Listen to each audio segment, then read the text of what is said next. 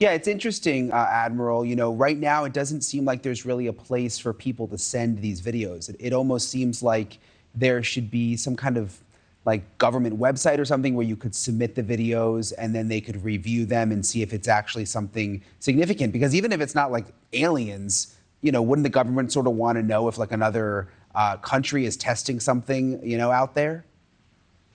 Well, exactly. In fact, one of the witnesses, former Lieutenant Ryan Graves, he has founded Americans for Safe Aerospace. Yeah. And at that hearing, he testified to say that he'd like to get the FAA to support commercial pilots to report such instances. And I fully support that. I'm on his advisory board. And that's what has to happen is more disclosure, more people coming out, and a database to be established with that. Like for example, there are some that exist at the Mutual UFO Network, MUFON, and I think the government needs to get behind this and do this in an authoritative, scientific way. But Ben, I mean, is there a chance that they don't want to do that for other reasons? Like, why wouldn't the government have already done that?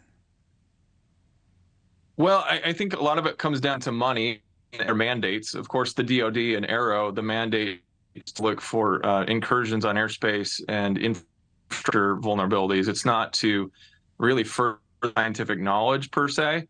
And what civilians are reporting really has to go to civilian agencies. Like you said, there are some places you can report to in apps, and earlier in the week I was talking about Enigma has created an app, but the government themselves are not really going out directly, like some assume, into the and taking civilian reports. It's kind of the last priority, I would say, when it comes to funding. So hopefully we get to that point. Yeah, it certainly seems like that. Admiral, I'm curious. I'm told you have actually had an experience with seeing something and catching video of something.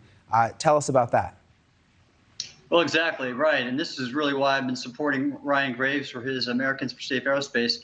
In 2015, when I was a one-star admiral, I was in charge of a support command of meteorologists and oceanographers that provided weather forecasts for the aircraft carrier strike groups. And the now famous Go Fast video from a Navy F-18 off the Theodore Roosevelt, USS Theodore Roosevelt, I saw that and received that video on the Navy's secret network. Because I was in charge of meteorologists supporting these aviation operations, I received an email from a two-star admiral in charge of the exercise. And he had actually sent it to a number of one- and two-star admirals like me, in charge of aircraft carrier strike groups and other support commands. And the title of the email was Urgent Safety of Flight Issue. And in the text, he asked if anybody knew what these objects were. And it was the Go Fast video that was attached. And he said, report to me immediately if you do, because we might have to cancel the exercise because of safety concerns. And of course, once I saw that, I knew immediately what was occurring. This is nothing we could have engineered. And then, interestingly, the next day, that email was wiped from my computer, and eventually confirming what was, reported at the hearing. So it just disappeared out of your inbox even? Yes, exactly. And the inboxes of all the other addies, there were many more, and including my deputy, who was a senior civilian. And so, of course, we believed it was inside some compartmented program, and that video was inadvertently released, and now that's all come out at the hearing. Interesting. What were you thinking when you first opened that email? Like, were you thinking, God, I don't think this is meant for me? Or were you just surprised by the video? Well, I thought two things, Brian. First of all, a previous job of mine was the superintendent of the U.S. Naval Observatory, and that is the command in the Navy that's responsible for cataloging star positions and their brightnesses used for satellite navigation. But I had a team of astrophysicists and astronomers, and I learned from them how large the universe is.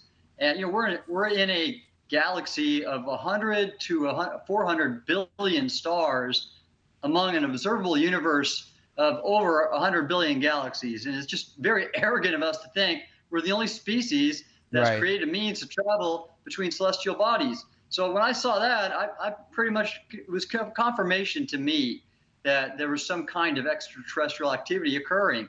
And again, that's all coming out right now. Yeah, it's interesting what we've learned over the last couple of weeks. Ben Hansen and Admiral Tim Gallaudet, thank you both so much for coming on tonight. We really appreciate it. Thank you for watching. Go to newsnationnow.com to find NewsNation on your television provider. And don't forget to click the red subscribe button below to get more of NewsNation's fact-driven, unbiased coverage.